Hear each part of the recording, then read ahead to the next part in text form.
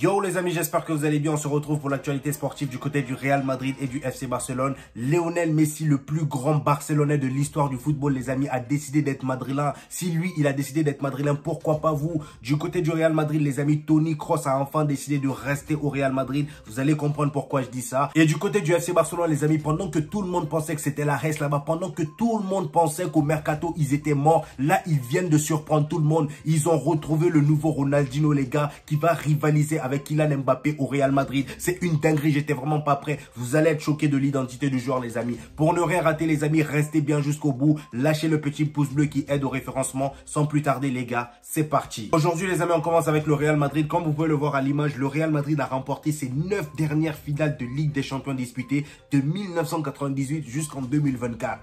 C'est pas pour rien qu'on nous appelle les kings de la Ligue des Champions, les amis. C'est un ratio de 100%, les amis. Moi-même, dès que le Real Madrid passe les demi-finales de Ligue des Champions, dis-toi que c'est bon, c'est remporté. Voilà, parce que là, depuis 1998, personne nous a arrêté. Voilà, il y a eu plusieurs générations qui ont essayé, mais tout le monde a échoué. C'est pas demain que ça va changer, les amis. On continue toujours avec le Real Madrid, les amis. La saison prochaine, ça sera l'opportunité, l'occasion pour le Real Madrid de rentrer encore plus dans l'histoire du football. Ça sera l'opportunité pour nous, les amis, de remporter 7 compétitions, les amis. Ce sera l'opportunité pour nous de faire le septuplé parce que regardez toutes les compétitions qu'on va disputer la saison prochaine. Déjà, on aura la Liga qu'on a remportée cette année. Donc, la saison prochaine, on a encore plus de chances de la remporter vu les recrues qui arrivent. Ensuite, on aura la Ligue des Champions, ça fait 2 qu'on a remporté encore une fois cette saison. Ensuite, on aura la Copa del Rey, la Super Coupe d'Espagne, la Super Coupe UEFA, la FIFA Intercontinental Cup, la FIFA Club World Cup. Les amis, ça fait beaucoup. En tout, dites-vous que ça regroupe, on va dire, en tout, quand tu comptes le nombre de matchs, ça fait à peu près 65 matchs, les amis. Après, je ne m'inquiète pas, vu le banc du Real Madrid en ce moment, vu toutes les recrues. En plus, c'est des remplaçants qui ont même la capacité d'être titulaires. Donc, je ne m'inquiète pas. Voilà pour ça. Je pense que Carlo Ancelotti, il va faire de très belles rotations. Voilà, ça ne m'inquiète pas du tout. Mais en tout cas, les gars, c'est l'opportunité pour nous, encore une fois, de rentrer dans l'histoire. D'ailleurs, dites-moi dans les commentaires, j'ai envie de savoir si, selon vous, vous pensez vraiment que le Real Madrid est capable d'aller chercher ces 4 compétitions. Moi, personnellement, j'y crois, mais moyennement, parce que les gars, cette compétition, c'est quand même... Ah, les autres sont pas là pour faire les figurants. Hein. Voilà, parce que le Barça, mine de rien, faut pas non plus les sous-estimer. C'est pas parce qu'ils recrutent pas. Là, ils ont un très bel entraîneur qui vient d'arriver. Donc, faut pas les sous-estimer, les amis. Voilà, on continue, les gars, avec Kylian Mbappé. Vous savez que, voilà, lors de l'annonce de Kylian Mbappé sur Instagram, il a publié un post où il avait le maillot du Real Madrid à 12 ans avec, voilà, c'était le post où il y avait aussi une photo de lui avec Cristiano Ronaldo. Dites-vous que, les amis, le post a battu le record. Ça a battu plusieurs records, même. C'est même pas le record, ça a battu des records. Déjà, le commentaire de Cristiano Ronaldo sous le post de Kylian Mbappé est désormais le commentaire le plus liké de l'histoire de Instagram. Il n'y a personne qui a fait plus que lui. Cristiano Ronaldo, j'ai envie de... Voilà, c'est déjà le plus suivi du monde entier. Donc, c'est à peu près normal que son commentaire soit autant liké. Et dites-vous que le post de Kylian Mbappé également a été le post le plus liké de l'histoire de Instagram. Donc là, en termes de record, je pense que bon, là, il n'y a personne maintenant pour les rivaliser. Hein. Lui et Cristiano Ronaldo. C'est pourquoi je vous dis, Vinicius, il a beau faire ce qu'il veut. Voilà, on l'aime bien. Voilà, moi, je préfère Vinicius qu'à Kylian Mbappé. Mais en termes d'influence, là, on a la preuve. Voilà, c'est clair, net et précis. Lors d'une interview avec le média Marca, les amis, Carlo Ancelotti a décidé de parler un peu de Kylian Mbappé. Comme vous le savez, depuis voilà l'annonce de Kylian Mbappé au Real Madrid, avant même que ça soit officialisé, on était tous là à dire, moi le premier, voilà, que Kylian Mbappé au Real Madrid, ça allait poser problème, que ça soit dans le vestiaire, dans l'effectif. Et là, il y a un journaliste de Marca qui a posé la question à Carlo Ancelotti. Est-ce que selon lui, il pense que Kylian Mbappé, voilà, sera un problème pour le club? Et voici ce qu'il a répondu. Il a tout simplement dit, comment est-ce qu'un joueur qui marque un but par match peut-il être un problème? Zéro, ce problème n'existe pas. Donc là, il a été clair, net et précis. Voilà, on était tous là à dire qu'il va poser problème. Bah après, c'est pas parce qu'il dit ça qu'il n'y aura pas de problème.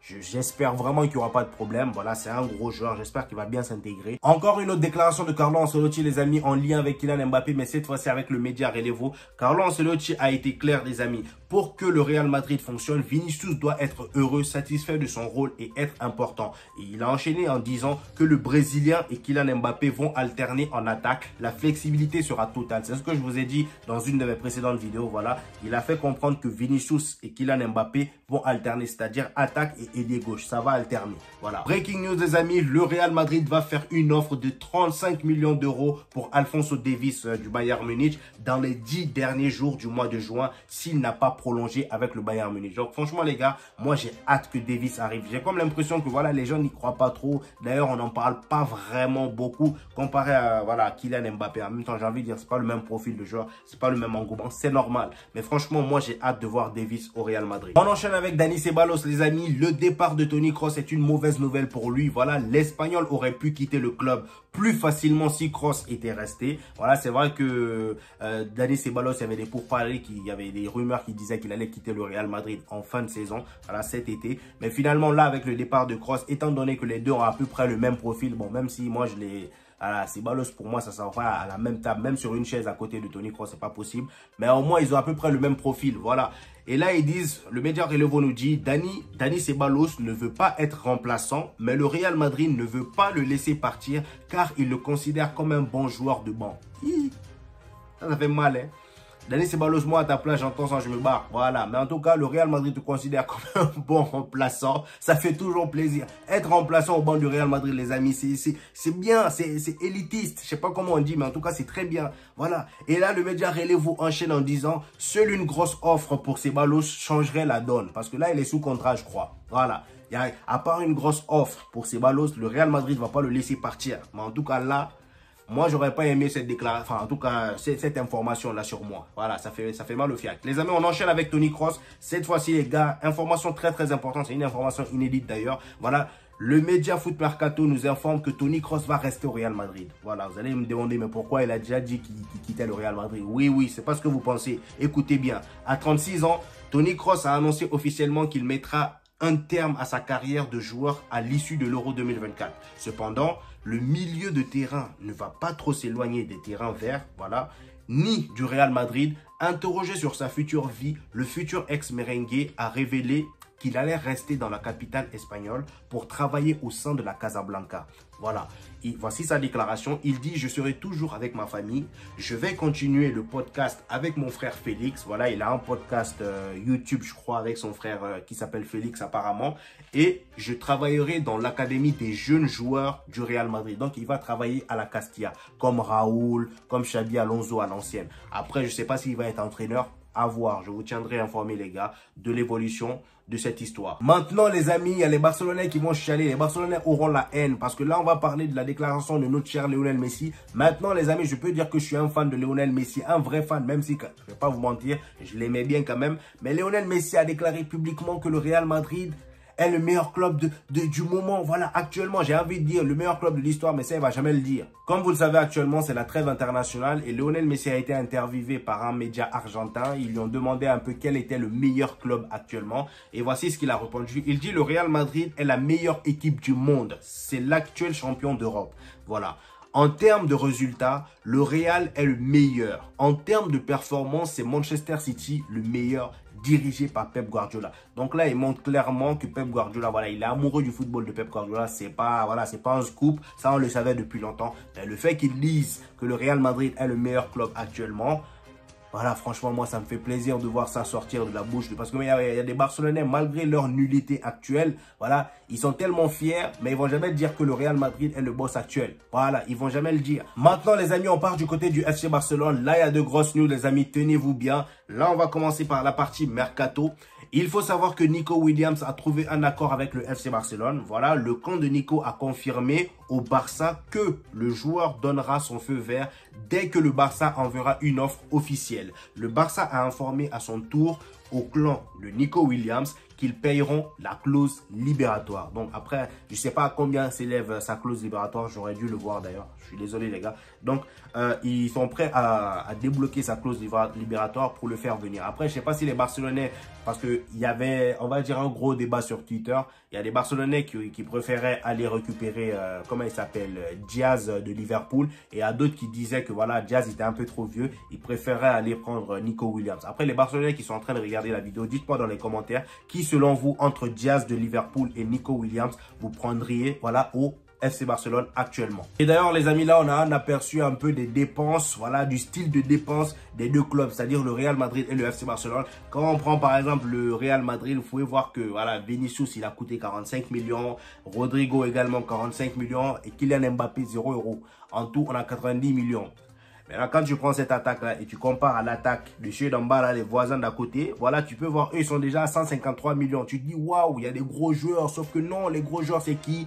Ferran Torres, Rafinha, Claude Moutemba. Ensuite, on a Victor Roque qui n'a pas encore joué, je crois, 10 matchs même avec comment il s'appelle, avec le FC Barcelone. Mais franchement, les gars, c'est énorme. Je sais pas comment le Barça ils font. Là même ça va parce que je me rappelle autant des firmiers, comment ils s'appellent là, Coutinho, Ousmane Dembélé, Griezmann, ils dépensaient comme des malades. C'était des dépenses vraiment pas intelligentes. Mais franchement, je pense que là c'est le gros point faible du FC Barcelone. Il faut vraiment qu'ils apprennent à dépenser. Après, je pense que Victor Roque, si tu lui donnes vraiment du temps de jeu, il peut se dévoiler. Il peut vraiment faire du bien à cette équipe du Barça. On le verra avec Hansi Flick la saison prochaine. Les amis, pour le Golden Boy, voici les nominés du côté du FC Barcelone. Donc Lamine Yamal fait partir des nominés, Pau Cubarsí fait partir des nominés, Gavi et Victor Roque font partir des nominés. Après moi, ce qui m'a surpris, c'est de voir Gavi et Victor Roque. Victor Roque n'a même pas beaucoup joué, je comprends pas. Peut-être que c'est grâce à ses performances de là où il était là au Brésil qu'il a été nominé. Mais après, je vois pas pourquoi il est parmi les nominés. Même Gavi, ça fait un moment quand même, Gavi il est blessé, on le voit plus trop. Je vois pas pourquoi on l'a nominé en fait. Voilà, je sais pas du tout. Et après, j'ai envie de dire, en début de saison, il était quand même monstrueux. Il était très, très chaud en début de saison. Je me rappelle, voilà, j'ai pas oublié. Mais franchement, je pense que là, dans cette liste-là, il n'y a que Lamine Yamal et Pau Cubarsí pour moi qui méritent d'être là. Même Lamine Yamal, non, en vrai, non, faut pas déconner. Lamine Yamal, il a été bon. Il a été bon. Les amis, on passe au suivant avec un autre crack du FC Barcelone. Bon, c'est plus, il joue plus actuellement au FC Barcelone, mais il va faire son retour bientôt. Voilà. Selon le média AS, Ansu Fati est la 3e pire recrue de Première Ligue en 2023-2024. Carrément. Il est notamment derrière Calvin Phillips, premier pire recrue de l'année en Première Ligue. C'est une dinguerie d'avoir ce genre de trophée. Bon, après, je sais pas s'il y a un trophée pour ça, mais moi, j'irai pas. J'irai pas à la cérémonie. Tu m'invites pour me donner des trophées de pire recrue. Ça veut dire quoi ça? Bon, en tout cas, je pense que le gars, c'est parce qu'il joue pas non plus. Voilà, ils ne font pas jouer. C'est normal que vous le qualifiez de pire recrue. Mais en même temps, je pense que si vous lui avez donné vraiment le temps dont il avait besoin pour s'exprimer, je pense qu'à Brighton, il aura fait beaucoup de bien. Mais ils l'ont pas fait beaucoup jouer. En même temps, je pense qu'il s'est blessé pendant une période là. Mais après, voilà, dire pire recrue, c'est quand même beaucoup. Voilà, on va dire que c'est rabaissant un peu. Les amis, on arrive à la grosse news de cette vidéo. Voilà, le FC Barcelone vise une star pour rivaliser avec le Real Madrid de Kylian Mbappé. Là, ils disent même plus Real Madrid de Vinicius ou Real Madrid de Jude Bellingham. Non. Vous voyez maintenant pourquoi je dis que Kylian Mbappé au Real Madrid, ça sera lui le nouveau visage. Vinicius, on l'aime bien, c'est mon joueur préféré. Je le préfère que, voilà, lui et Valverde, ce sont mes joueurs préférés. Mais là, vous voyez que l'influence de Kylian Mbappé, ça change tout. Hein. Après, on peut dire que c'est un média français qui le dit. Mais les gars, moi, je pense que même en Espagne, c'est devenu le Real Madrid de Kylian Mbappé. Donc voilà, le Barça vise une grosse star pour rivaliser avec le Real de Kylian Mbappé. Pour concurrencer son grand rival du Real Madrid qui vient de signer Kylian Mbappé, le FC Barcelone espère réussir à recruter une star pour l'été 2025. Alors forcément, difficile pour le Barça d'exister à présent face à son ennemi juré et cela n'est pas prêt de s'arranger puisque le Real Madrid vient encore de réaliser un gros coup de récupération, voilà, en récupérant, Kylian Mbappé. Une arrivée qui agrandit encore plus le fossé qui sépare les deux effectifs. Mais le directeur sportif barcelonais Deco ne veut pas baisser les bras et prépare du lourd sur le marché des transferts. L'ancien international portugais, c'est-à-dire Deco, vise une grosse star de Bundesliga. Ah, donc c'est pas un Brésilien. C'est pas Ronaldinho. Bon. Il vise une grosse star de Bundesliga pour l'été 2025. Ok, on va voir c'est qui. Moi, j'ai envie de savoir. Voilà, je suis curieux. Objectif, Florian Wirtz. Zut. Autant pour moi, les amis, c'est pas Ronaldinho. Je sais que je vous ai peut-être un peu trop... Voilà, là, dans votre tête, je vous ai dit, waouh, c'est qui ce joueur? Mais bon, c'est Florent Wirtz. Et je pense même que lui, il va venir au Real Madrid finalement. Désolé. Voilà, peut-être que là, vous avez la haine au fond de vous, mais je suis désolé, mes chers voisins. Voilà, ça fait mal un peu, mais c'est ça, c'est lui, le fameux joueur qui va rivaliser avec Kylian Mbappé. Soyez un peu sérieux, Laporta. Franchement, on lit la suite. Selon les informations du Mundo Deportivo, le FC Barcelone a coché le nom de Florent Wirtz pour l'été 2025. Deco a été clair avec ses dirigeants. Si le club a une enveloppe intéressante pour recruter une star la saison prochaine, il faut miser sur l'international allemand. Auteur d'une saison impressionnante avec le Bayern Leverkusen, il est sous contrat jusqu'en juin 2027. Deco est sous son charme et le suit depuis plusieurs saisons maintenant. Au moment où il était agent d'Edmond Topsoba, voilà, au Bayern, le directeur sportif des Blaugrana avait été bluffé par les qualités de Florent Wirtz qu'il avait découvert, à ses débuts en professionnel. Donc, il avait découvert Florent Wirtz depuis ses débuts, voilà, en professionnel. Donc là, les gars, je pense qu'ils vont vraiment rester sur le dos de Florent Wirtz jusqu'à ce qu'ils le recrutent. Après, si vous le recrutez, tant mieux pour vous. Je serai content pour vous aussi. Voilà. Le quotidien catalan précise que Florent Wirtz n'a jamais caché son amour pour le FC Barcelone et que cela peut être intéressant dans les négociations. Le Barça espère bien jouer là-dessus pour le convaincre. L'idée est de lui proposer d'être au centre du projet du FC Barcelone pour les prochaines saisons, mais ce ne sera pas simple avec la très forte concurrence dans ce dossier.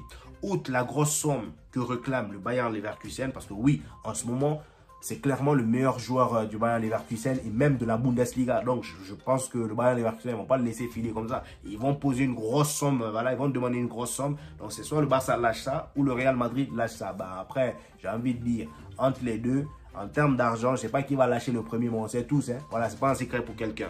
Le Real Madrid semble être un candidat très sérieux dans ce dossier, surtout si Xavi Alonso succède à Carlo Ancelotti la saison prochaine. Le Bayern Munich est aussi dans la course. En bref, le Barça va devoir trouver les bons arguments, mais Deco semble vouloir tout miser sur Wirtz pour révolutionner son Barça. Bonne chance à toi, Deco. Voilà, franchement, bonne chance à toi. Tu es un vrai brave. J'espère que tu vas réussir face au Real Madrid et au Bayern Munich. Voilà. Dernière information de cette vidéo, les amis. D'après Score 90 qui sort souvent des probabilités. Voilà. Je ne sais pas comment ils font leurs probabilités, mais en tout cas, on a ici leur probabilité de, on va dire, le pourcentage que certains clubs ont pour remporter la Ligue des Champions. Quel est le club qui a le plus gros pourcentage? Donc là, ils disent le Barça est le 5e favori pour remporter la Ligue des Champions la saison prochaine avec un pourcentage global de 7%. Donc le Barça à 7%. Pourquoi pas? Voilà. En tout cas, nous, on est deuxième. Ils ont quand même encore mis Manchester City. Moi, je pense qu'avec l'arrivée de Kylian Mbappé, si le gars s'instaure bien, on est censé être premier. Je ne vois pas pourquoi Manchester City serait devant. Bah, après, Manchester City aussi, en termes de jeu, je crois qu'ils tabassent tout le monde en termes de jeu. Voilà, ils sont chaque année dangereux, surtout avec ce Pep Guardiola. Donc, c'est normal aussi qu'ils les mettent premiers. Voilà, j'ai rien à dire. Moi, ce classement-là, après Arsenal, je ne vois pas ce qu'Arsenal fait là.